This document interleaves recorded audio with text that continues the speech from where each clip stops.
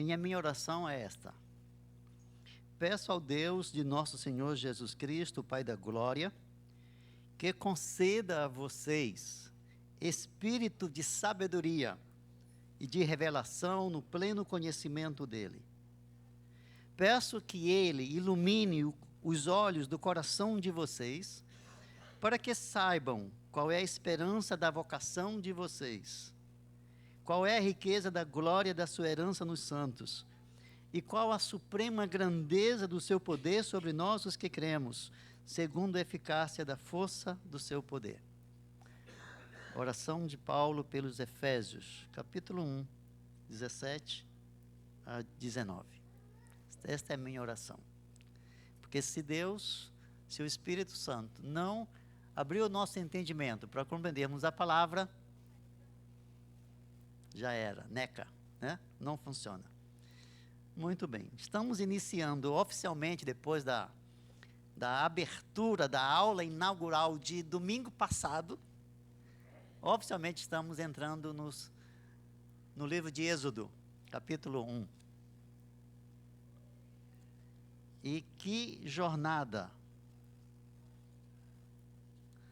São 42 semanas, praticamente um ano, de caminhada no livro de Êxodo.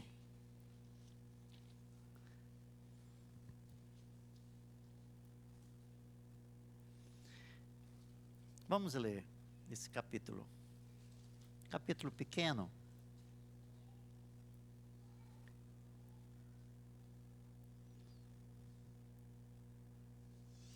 Começa assim: são estes os nomes dos filhos de Israel que entraram com Jacó no Egito, cada um com sua família: Rúben, Simeão, Levi e Judá, Issacar, Zebulon e Benjamim, Dan, Naftali, Gad e Azer. Todos os descendentes diretos de Jacó foram 70. José, porém, já estava no Egito. Com o tempo morreram José, todos os seus irmãos e toda aquela geração. Mas os filhos de Israel foram fecundos, aumentaram muito, se multiplicaram e se tornaram extremamente fortes, de maneira que a terra se encheu deles. Nesse meio tempo, levantou-se um novo rei sobre o Egito que nada havia conhecido José.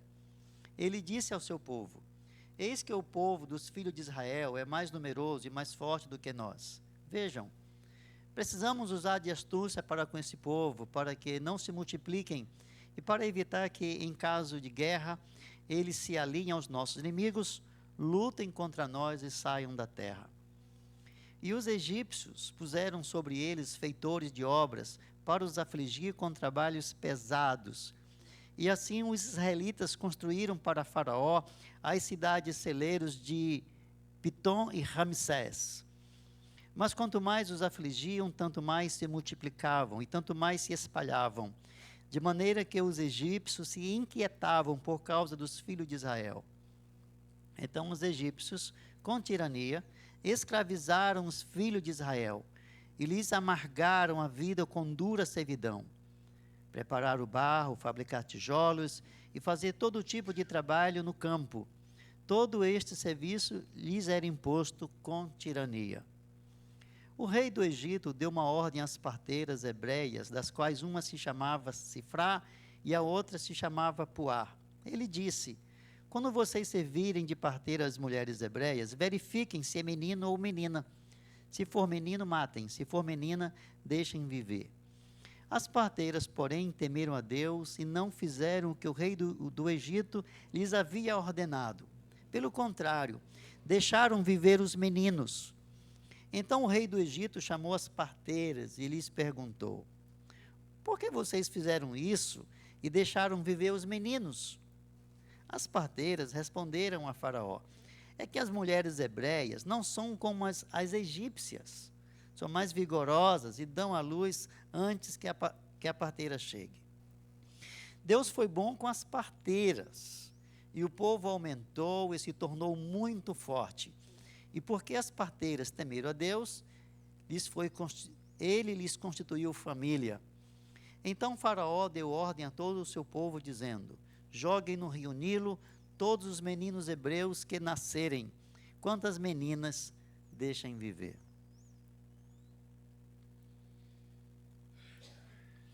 O livro de Êxodo, ele, como vimos na lição passada, finalzinho de Gênesis, falando sobre José, que faleceu com a geração.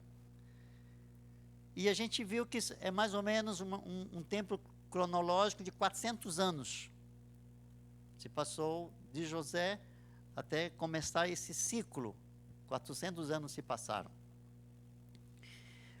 E na Bíblia hebraica, o título do livro não é Êxodo.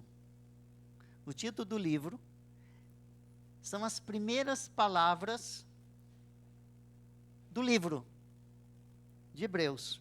Por exemplo, são estes os nomes. Esse é o título do livro em hebreu, da Bíblia hebraica. Esse nome de Êxodo, ele vem através da literatura grega, da Septuaginta, que foi a tradução do hebreu 200 anos antes de Cristo, né, pelos sábios de Alexandria. Alexandria, a gente sabe, uma das maiores bibliotecas da antiguidade, não tinha o livro, não tinha a Torá, não tinha o Velho Testamento hebreu. Então 70 sábios se reuniram e aí traduziram do hebreu para o grego, uma tradução que tem até hoje e é uma fonte de pesquisa. Então o livro de Êxodo, esse título Êxodo vem a partir dessa tradução do grego, do hebraico para o grego. Estes são os nomes. E é interessante porque a primeira palavra no hebraico é uma conjunção aditiva. E estes são os nomes. Uma conjunção aditiva, ela une sentenças, ela une frases. João e Maria. Então, essa conjunção aditiva, na primeira palavra no hebraico, faz uma ligação com Gênesis. Quer dizer, embora tenha 400 anos de história, mas a conjunção aditiva une as duas histórias, ou seja, Êxodo é uma continuidade de Gênesis. O plano de Deus, ele não depende de tempo. Por exemplo, lá em Gênesis 15, Gênesis 12, Gênesis 15, Deus diz que Abraão seria uma grande nação.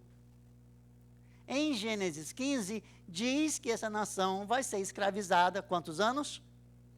400 anos. Deus já tinha dito que iam ser afligidos. O que acontece aqui não é surpresa, talvez para alguns, mas não para Deus.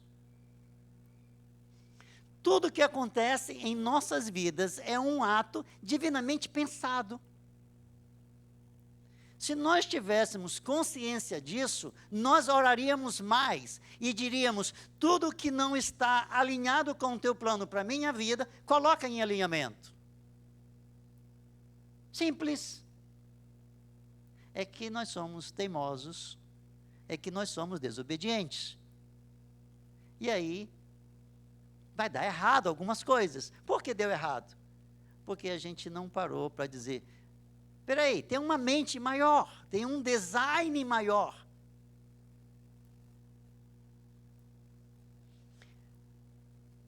Fica mais fácil saber que tem alguém pensando por nós. As meninas do Lúcio, elas não vão se preocupar com muitas coisas, porque papai e mamãe estão agora pensando por elas. É assim, Lúcio? Fica mais fácil. Como filhos de Deus, nós temos uma mente, nós temos um Senhor, nós temos um Criador que está pensando em cada detalhe, Ele já pensou em cada detalhe. E daí a conjunção aditiva, o E, está indicando essa continuidade. Gênesis e Êxodo, uma continuidade, embora tenha aí 400 anos. Então, os primeiros versos estão dizendo da família de Jacó que foi para o Egito. Ele dá um número aqui de 70. E todos eles morreram. E aí vai acontecer uma parte da promessa que Deus tinha dado para Abraão. O povo começa a se multiplicar. É parte disso. O povo cresce. Enche a terra. Inicialmente eles foram para Gósen, agora eles estão se espalharam, eles estão transbordando. E a gente vai ver que quanto mais eles são afligidos, quanto mais tem tirania, mais eles crescem, mais eles se multiplicam, né? A gente vê, né, no próprio texto. E a gente vai ver também que Faraó, ele tem um plano para impedir o crescimento do povo.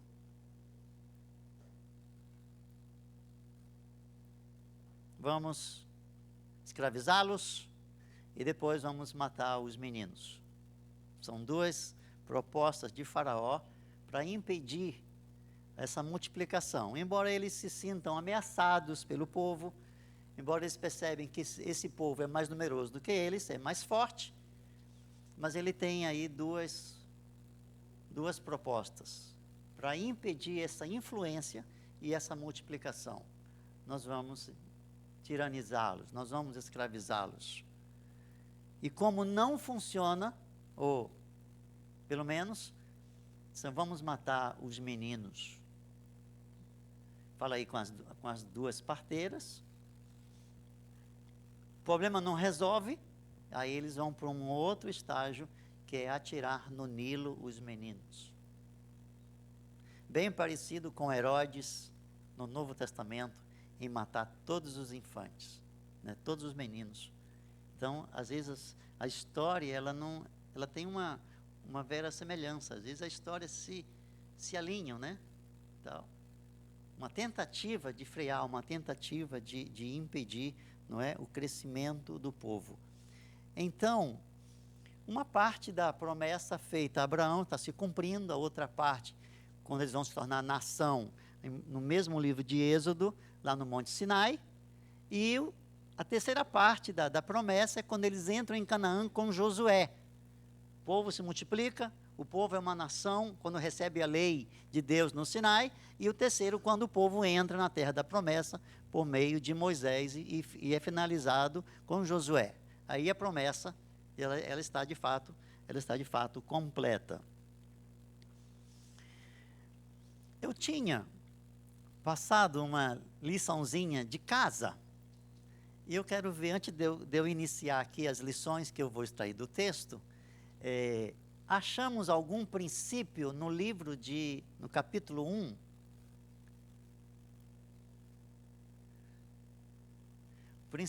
O princípio é uma diretriz que é determinada pelas nossas crenças, pelos nossos princípios, pelos nossos valores. Os princípios são atemporais, seja no Velho ou no Novo Testamento, não é? Não matarás. Não matar é um princípio, porque está altamente linkado com o Deus moral que nós temos. Alguém achou um princípio? Então, nós já temos aqui um princípio aqui. Eu estou perguntando porque eu vou trabalhar aqui os princípios que eu acho. Então, nós temos um princípio que foi: as parteiras não mataram os meninos. A gente depois vai explorar melhor esse princípio aqui. Mais outro princípio. Quer ver uma coisa? Dá uma olhada bem rapidinho no verso 17.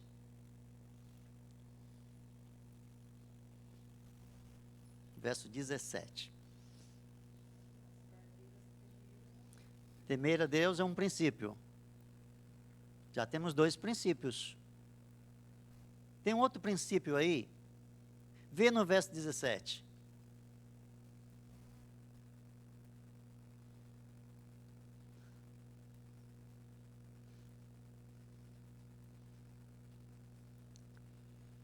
Olha o verso 17.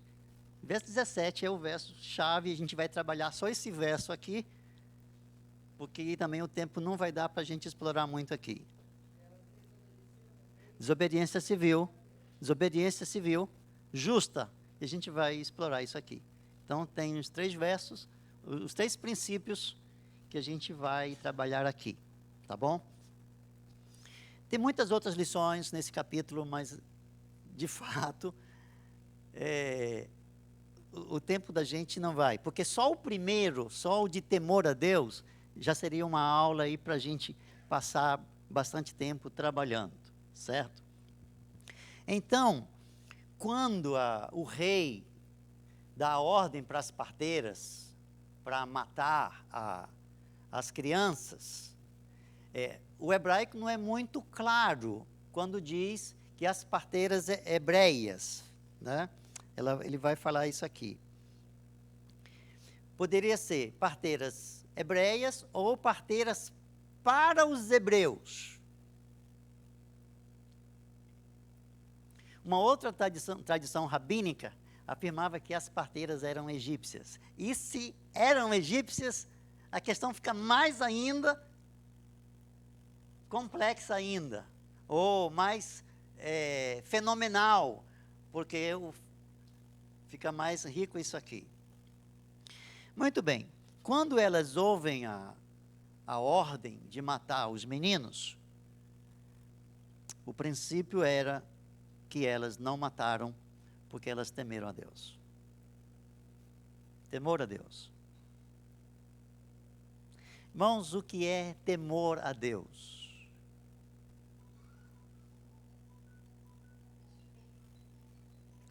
Sueli está falando que é respeito. O que mais? Como é que a gente pode pensar o que é temor a Deus? Submissão, obediência, reverência. Temor a Deus pode ser pensado quando você está diante de um ser supremo, santo.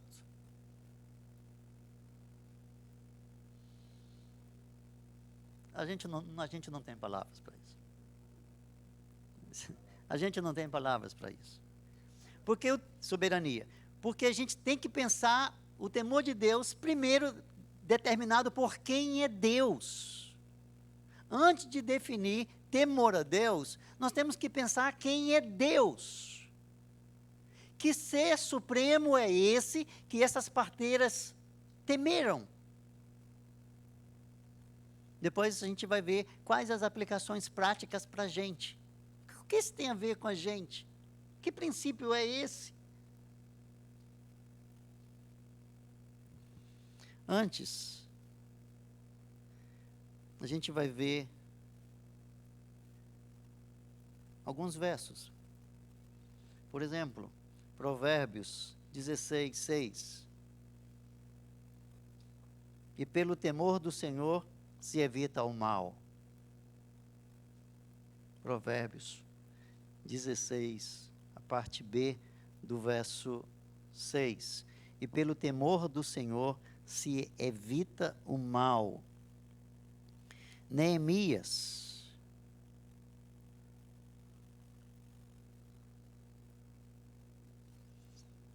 capítulo 5, verso 15. Achei esses versos para a gente entender bem o sentido de temor a Deus. Neemias está descrevendo, Neemias é político, Neemias é um governador, ele está descrevendo a atitude dos outros governantes de Jerusalém. E ele diz assim: mas os primeiros governadores que estiveram antes de mim oprimiram o povo. Quer dizer, governadores judeus que oprimiam o povo judeu. Aqui é a política sem... A política revelando a política, né? Quem a política é, ou o que o Estado é, sem temor a Deus. Oprimiram o povo e tomaram dele pão e vinho, além de 40 moedas de prata. Até os seus servos dominavam sobre o povo. Eu, porém, não fiz assim por causa do temor a Deus.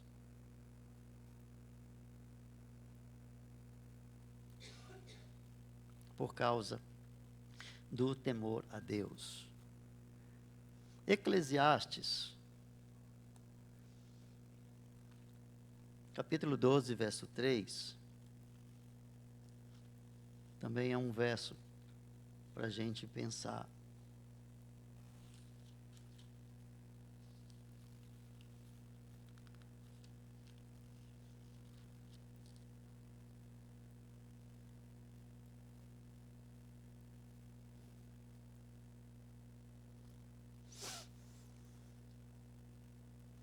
Doze, 13.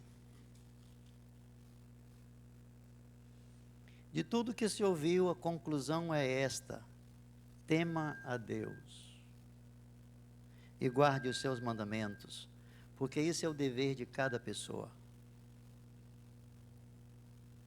Deus falando isso. A suma de tudo, ou o resumo de toda a filosofia, de toda a sabedoria, de todo o conhecimento. Aliás, toda a sabedoria, todo o conhecimento, tudo é vaidade, se não tiver isso aqui. De tudo que se ouviu, a conclusão é temer a Deus. Tema a Deus. Tema a Deus. Também a gente podia ler Daniel, e a gente podia ler também Provérbios 1:7. O temor do Senhor é o princípio da sabedoria. O temor do Senhor, de acordo com a Bíblia, refere-se a um profundo respeito, reverência e adoração a Deus. Não é o medo de Adão. Eu tive medo e me escondi. O medo afasta, o temor atrai, aproxima. Ou seja, uma atitude de respeito profundo e o reconhecimento da santidade, justiça e soberania de Deus. Ou seja, eu estou diante de um ser maior do que eu. Espanto.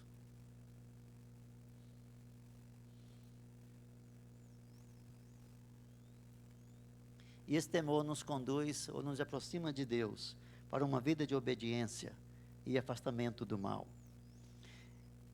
Esse verso de Provérbios 1:7, o temor do Senhor é o princípio da sabedoria, significa uma compreensão reverente de quem Deus é. Na sabedoria grega, a compreensão de sabedoria é o desenvolvimento cognitivo. É quanto eu armazeno de conhecimento, de informações, de livros, quantos livros eu tenho em minha biblioteca, ou quantos livros eu já li. Na perspectiva judaica, não. A sabedoria é relacional, é experiência.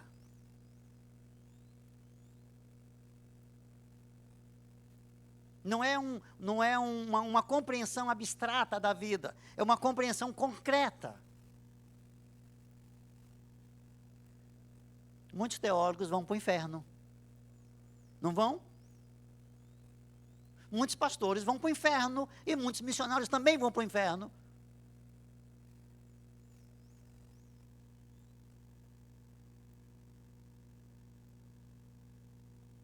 Porque não é conhecimento. Não é se estribar no conhecimento. Mas um aproximar reverente de Deus. E esse aproximar reverente de Deus nos conduz à verdadeira sabedoria e entendimento sobre o modo de viver que glorifica a Deus.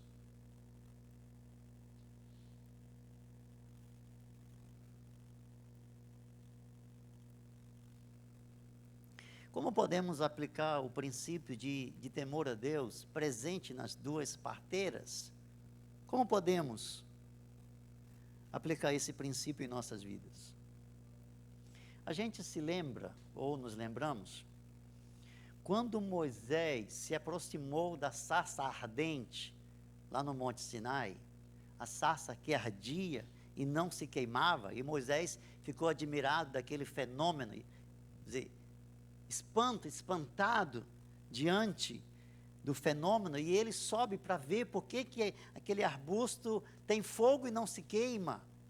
E Moisés subiu para ver. E quando ele se aproxima, uma voz fala para Moisés assim: não se aproxime. Tire as sandálias dos pés, porque o lugar em que você está é terra santa.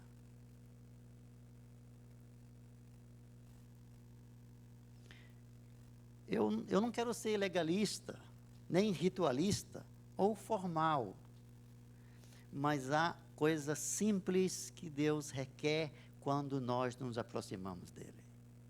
Para Moisés, qual a importância de estar calçado ou estar descalço?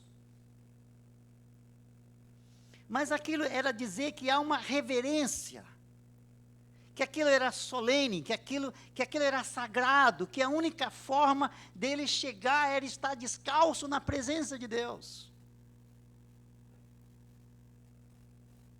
Ora, o próprio Deus diz que ele está interessado no coração que se rasga na presença dele, no coração quebrantado e contrito. Mas há uns rituais.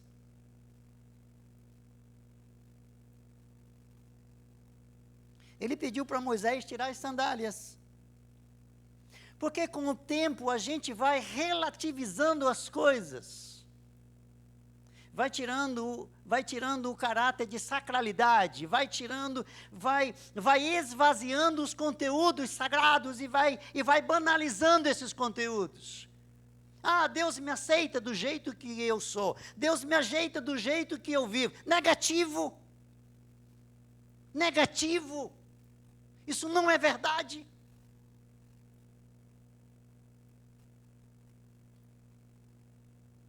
Temor a Deus implica em reverência diante do sagrado.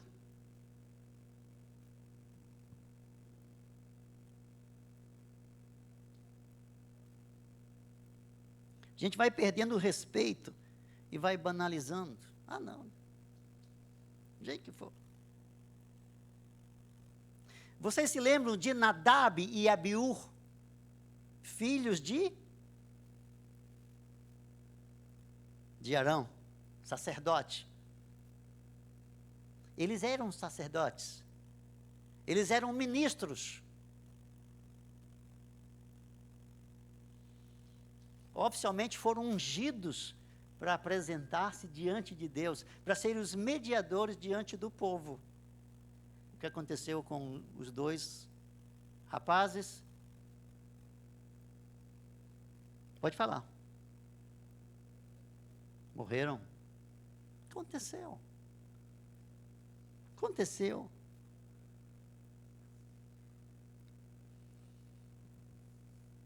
Levítico 16, 1 e 2, Deus diz assim para Moisés: o Senhor falou a Moisés depois da morte dos dois filhos de Arão, quando estes chegaram diante do Senhor e morreram.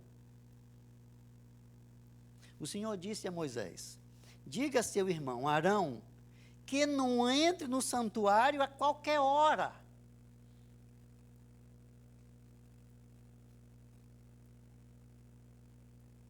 Tinha hora para entrar. Para dentro do véu, diante do propiciatório que está sobre a arca, para que não morra. Porque aparecerei na nuvem sobre o propiciatório. Parece que os dois sacerdotes levaram um fogo estranho, que a gente não sabe o que era. Mas eles estavam inadequados diante de Deus. Lembra da Arca da Aliança, quando estava em terra, em cima dos bois, e um boi tropeçou e alguém foi pegar na arca? Aconteceu? Queimado. As coisas de Deus não podem ser relativizadas nem banalizadas.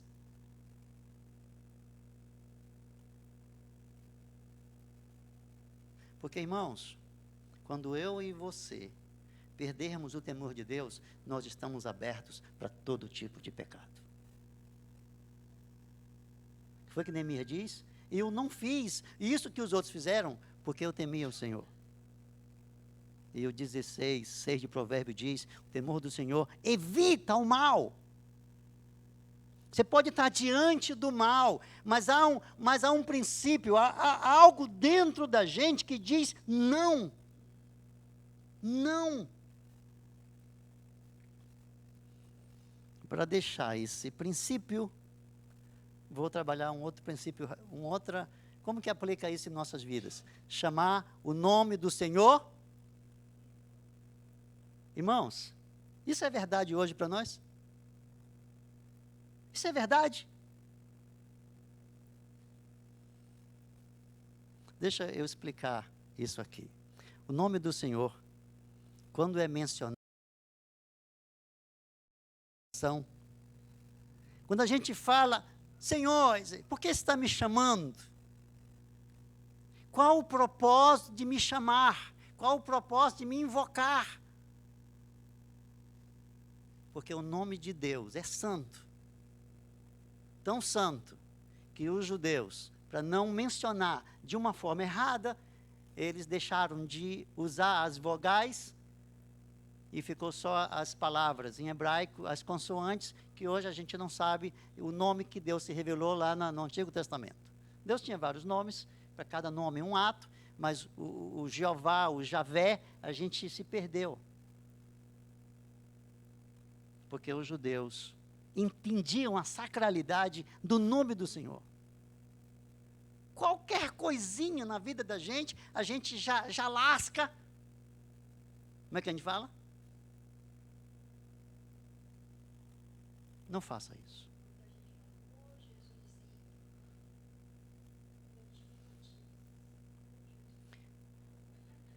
Pelo amor de Deus,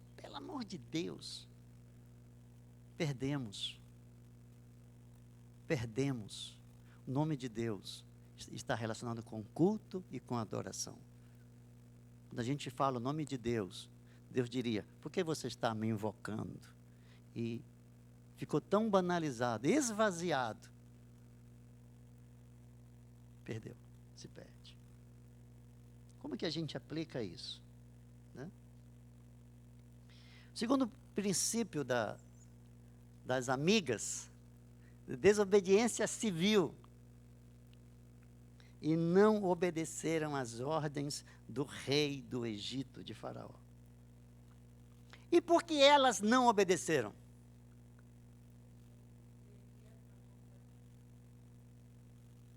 Porque feria a vontade de Deus, porque era um princípio, mas não é errado desobedecer às autoridades?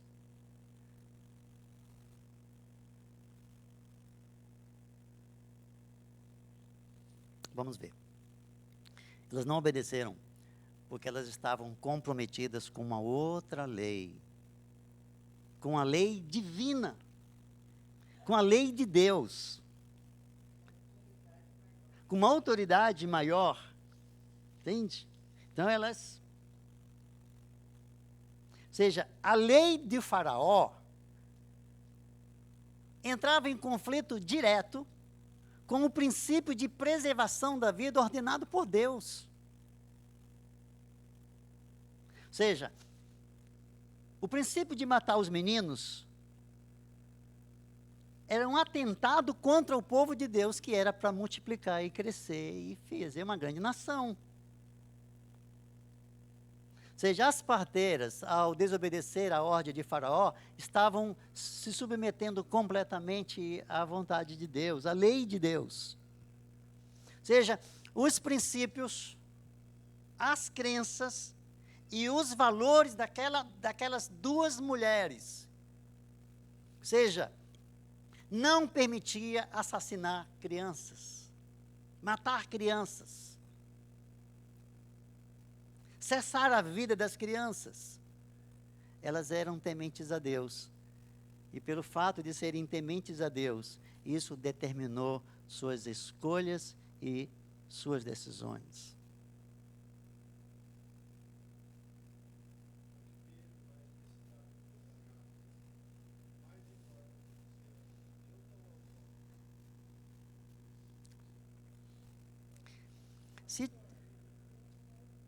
Por favor. Não, aqui nós estamos numa escola dominical.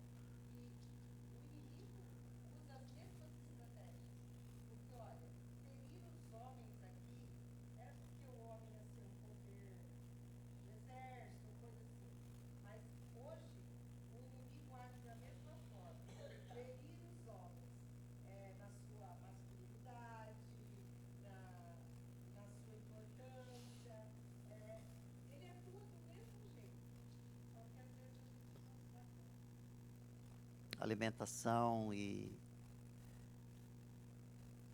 a feminilização dos homens.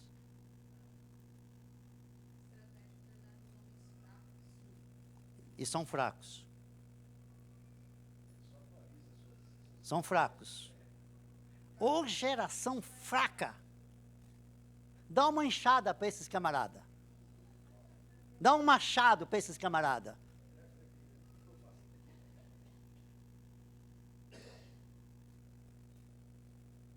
Se tirarmos o advérbio de negação da frase,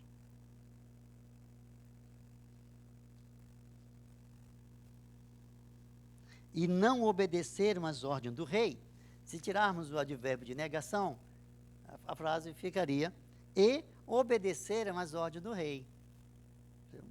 Uma simples fala. Quais as consequências disso? Quais as consequências de obedecerem às ordens de Faraó?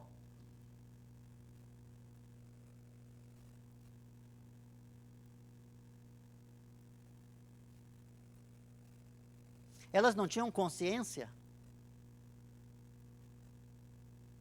Vale a pena ir contra a consciência? Vale a pena ir contra os princípios, os valores e as crenças? Vale a pena estar calado diante do mal?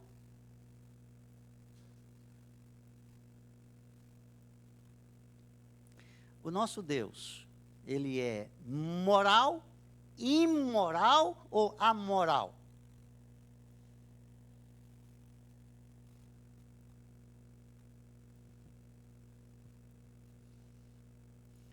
Se nós cultuamos um Deus imoral, tudo é permitido. Está tudo liberado. Se nós somos adoradores de um Deus amoral, não vai fazer diferença. Faz diferença. Mas se nós servimos um Deus moral, vai fazer diferença. Deus colocou algo dentro da gente que nos criado a imagem e semelhança de Deus. Está resolvido isso. Criado a imagem e semelhança de Deus. Então está dentro de nós. Deixa eu ler uns versículos. Até Pascoal já citou uns versículos aqui. Para essa questão da desobediência civil. Mas a gente já viu, a desobediência civil das parteiras era justa ou injusta?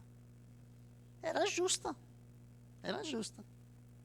Vamos ver alguns textos que corroboram com essa proposição das parteiras.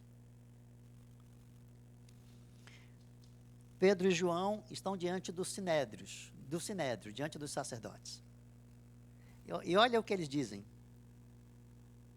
Contudo, Pedro e João propuseram-lhes: julgai vós mesmos se é justo diante de Deus obedecer a vós mais do que a Deus.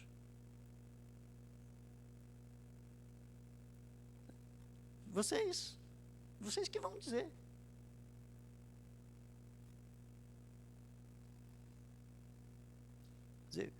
Suponho que vocês têm consciência.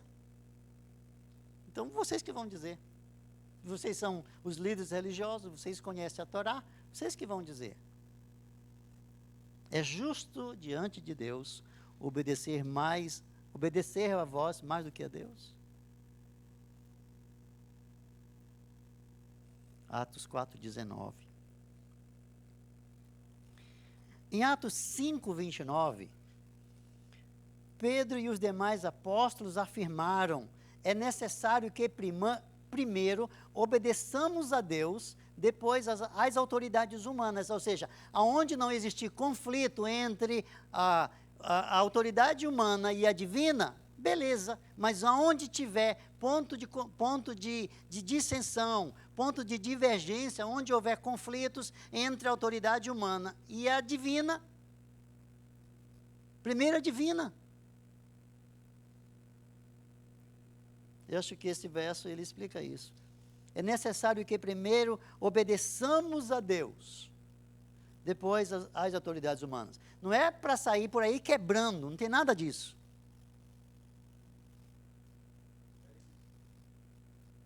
Sabedoria. Porque a gente vai ver bem no finalzinho como que as parteiras foram sábias. Como que as parteiras foram sábias quando confrontaram a autoridade máxima do Egito. Elas foram de uma sabedoria ímpar.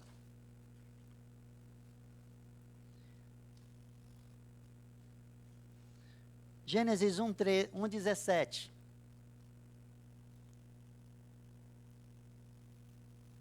Então Deus voltou-se para o homem e ordenou: por que escutaste a voz da tua mulher? Não ouça a voz da mulher.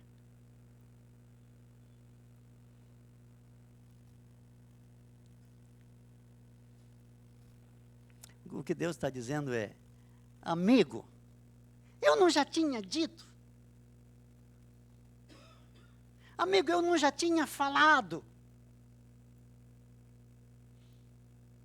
Às vezes a gente é semelhante com os meninos desobedientes. O pai diz assim para o menino: não faça. O que é que ele vai fazer? Aí ele vai dar um passinho ali, e olhando para o pai.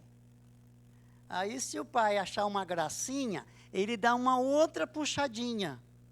E aí nesse negócio, achando que já está à vontade, ele se solta. Uma vez eu fiz alguma coisa para minha mãe, que eu não lembro, mas ela queria me pegar. E pega, e corre para cá, corre para colar, e pai vai naquela volta, naquela safadeza de menino. Eu olhei o papai. O que eu fiz? Corri, meu mediador, meu salvador, corri para ele. Papai foi muito malvado naquele dia. Meu pai foi muito malvado. Quando eu corro para ele, ele só fez assim, ó.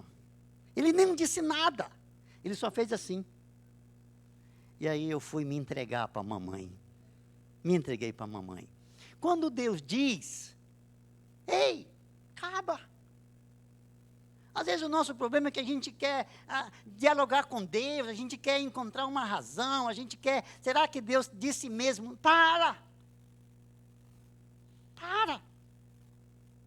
A gente discute com a mulher, né? A gente dialoga com a mulher e vai achar justificativa.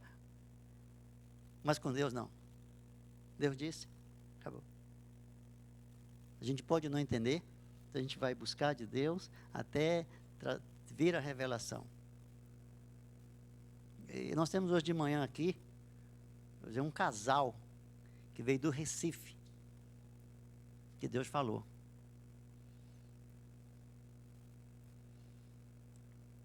Que Deus disse.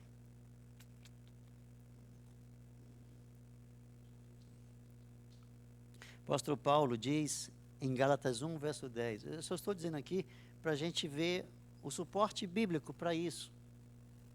Como que em situações, escolha Deus, escolha agradar a Deus. Paulo diz em Gálatas 1:10, por acaso eu procuro agora o favor dos homens ou o favor de Deus? Ou procuro agradar pessoas? Se ainda estivesse procurando agradar pessoas, eu não seria servo de Cristo. Às vezes a tentativa de contemporizar a palavra de Deus. A teologia liberal já faz isso.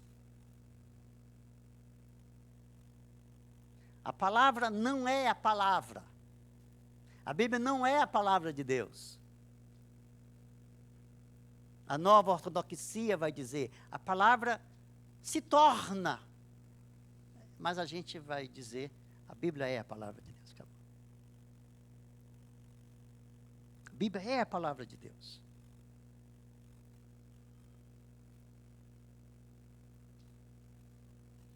Ou seja, eu vou escolher sofrer todas as consequências por isso. Porque esse era um risco que as parteiras escolheram. Teria consequências. Não teria? Se levante contra Alexandre de Moraes hoje. Se levante. Tinha consequências. Mas por causa do temor a Deus, porque a desobediência civil justa, por causa da consciência, como que nós vamos matar crianças? Como? Não cabia. Amós 5:24 diz: corra, porém, o juízo como as águas, e a justiça como o ribeiro impetuoso. Corra o juízo como as águas, e a justiça como o ribeiro impetuoso. Ou seja, Amós, o desejo dele é que a justiça fosse, ou seja, abundante, como as águas de uma enchente, e que a honestidade fosse constante, como um rio que não seca. Esses são os princípios. Mas, irmãos, matar por legítima defesa pode? Pode.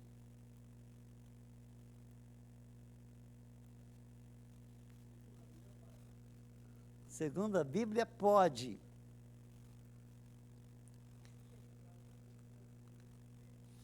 A palavra lá nos 10 mandamentos, não matarás, não é exatamente matar, é assassinar. Não é matar, é assassinar. Porque no Velho Testamento tem várias casas de pessoas que matavam sem a intencionalidade. E para não serem vingados, eles corriam para onde? Para a cidade de refúgios, a mais próxima, ficavam lá naquela cidade, até quando morria o sacerdote, aí elas podiam voltar e serem reintegradas na sociedade. Se no percurso o vingador do sangue alcançasse, matava. Não tive intenção, foi um ato. Agora, o assassinar já é pensado, né? Já é.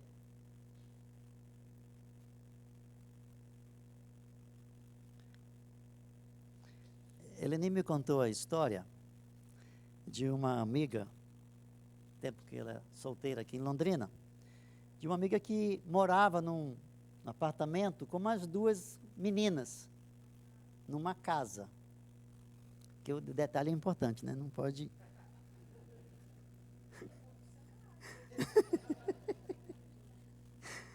E chegou 11 da noite, estavam ali, e a maçaneta da porta começou a mexer. 3 mulheres. Aí uma falou, opa, faz isso não, estou armada. Mas a maçaneta continuou mexendo. Eu vou atirar, vou dramatizar um pouquinho aqui. Né? Depois em casa a gente resolve. Estou armado, eu vou atirar. E a porta continuou forçando. Vou contar até 3. 1, 2, 3. E o chumbo comeu. Ela sabia atirar. De manhã abriram a porta, só sangue. Foi morrer em algum lugar, algum buraco. Se você for no nosso apartamento, quando você abre a porta, do lado que fecha a porta, tem um cabo de machado de âmago, daquele que você tem que pegar com as 2 mãos. Entrou em casa. Se eu tiver tempo de pegar aquilo, vai ser só uma. Porque eu vou defender a minha casa. Eu vou defender a minha esposa e a minha filha. Entende?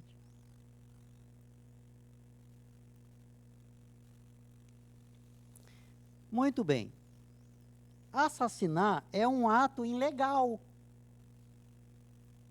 Que seria o último princípio aqui das parteiras, né? Primeiro é temor a Deus, segundo, desobediência civil, e o último, deixaram viver os meninos. Assassinar é um ato ilegal, e é interessante, porque em qualquer cultura, pode até existir em alguma cultura, que seja normal matar alguém ou assassinar alguém, mas em praticamente todas as culturas, menos quando são rituais, rituais humanos, mas em geral é ilegal. E o que as mulheres fizeram? Era ilegal porque contrariava a ética, o direito à vida. E quando elas desobedeceram a Faraó, elas estão dizendo: nós não vamos fazer pacto disso. Nós não vamos pactuar com isso. Porque assassinar é cessar esse direito que o outro tem. A gente tem visto aí um grito de um grupo de pessoas que dizem assim: meu corpo, minhas regras. Como cristãos, a gente defende isso. Por que não?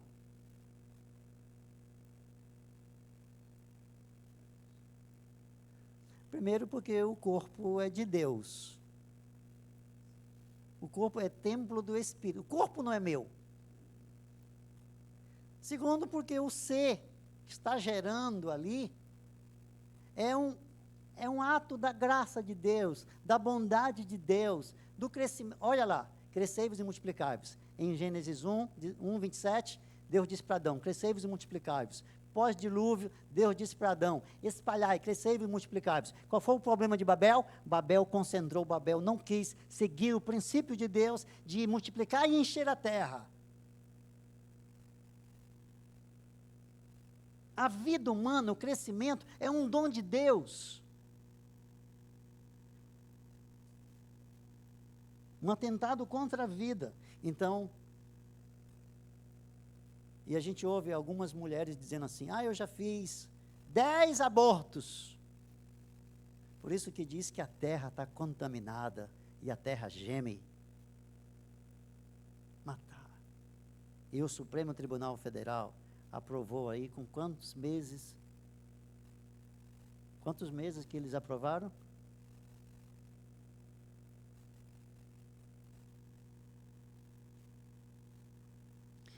O cristão não pode ir contra a sua consciência e submeter a leis injustas que atentam contra a vida humana, contra a corrupção, ao aborto e aos desvios morais e éticos. Hoje é dia de eleição, já tem gente votando aí. Quem são esses candidatos e o que eles defendem?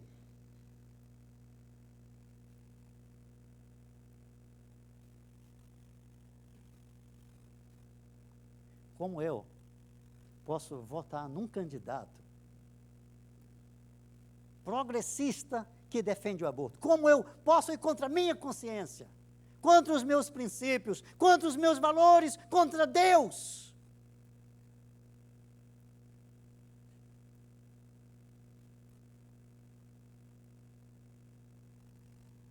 Não importa se esse candidato é papai ou mamãe. Enquanto esse livro tiver valor, ele vai ter valor. Enquanto esse livro for palavra de Deus, ele vai continuar sendo palavra de Deus.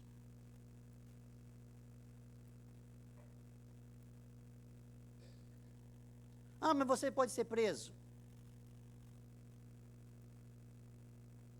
Jesus disse: não fique preocupado com quem pode tirar a vida.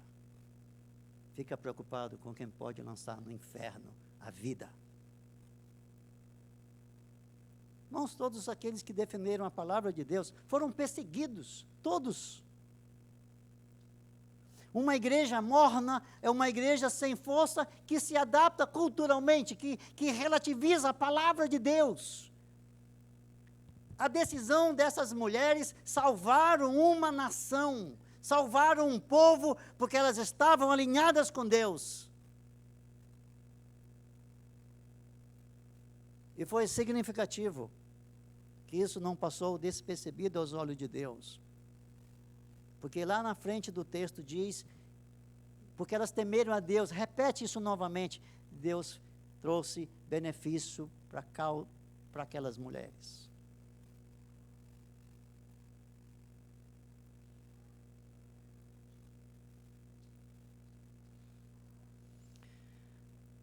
Queridos, essas eram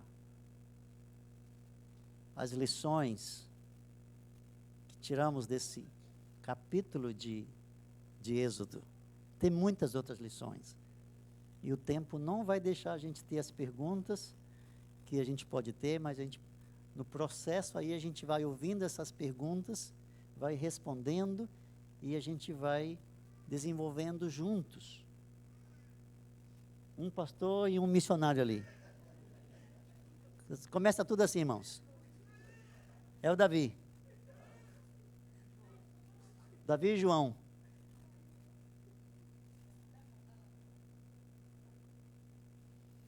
Vamos atentar para esses princípios. Vamos atentar para a palavra de Deus. E vamos ouvir o que Deus está falando. Quantas vezes na Bíblia diz assim, quem tem ouvidos, ouça a palavra. Quem tem ouvidos, ouça. Amanhã que a gente começar o dia, vamos ouvir a Deus. A gente está ouvindo demais isso aqui.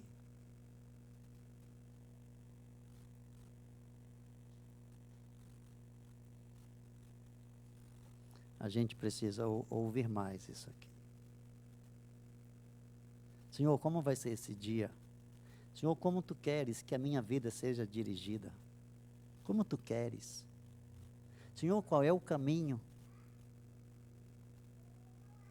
E lá em Tiago diz assim, você que diz, eu vou fazer isso, eu vou fazer não sei o quê, eu vou planejar, eu vou fazer, né? Tiago diz isso. Pare e ouça o que Deus tem, né? Tem agenda, né? Vamos orar. Querido Jesus, mais uma vez, nesta manhã, a gente para ouvir a Tua palavra.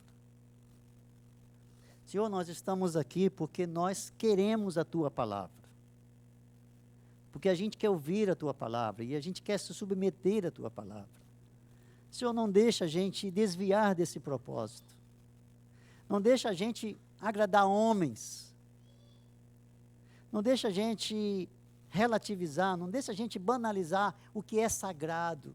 Senhor, coloque temor do Senhor nos nossos corações, Senhor. Para a gente fazer o que é certo, o que é justo. Para a gente crescer nesse conhecimento do Senhor. Pai, os que ainda não votaram, dê sabedoria, Senhor, para que votem de acordo com suas consciências. E que esse ato glorifique ao Senhor. Leva-nos em paz para nossas casas e nos traga a noite para continuarmos ouvindo a Tua palavra. É isso que nós pedimos ao Senhor e é assim que nós oramos em nome de Jesus. Amém.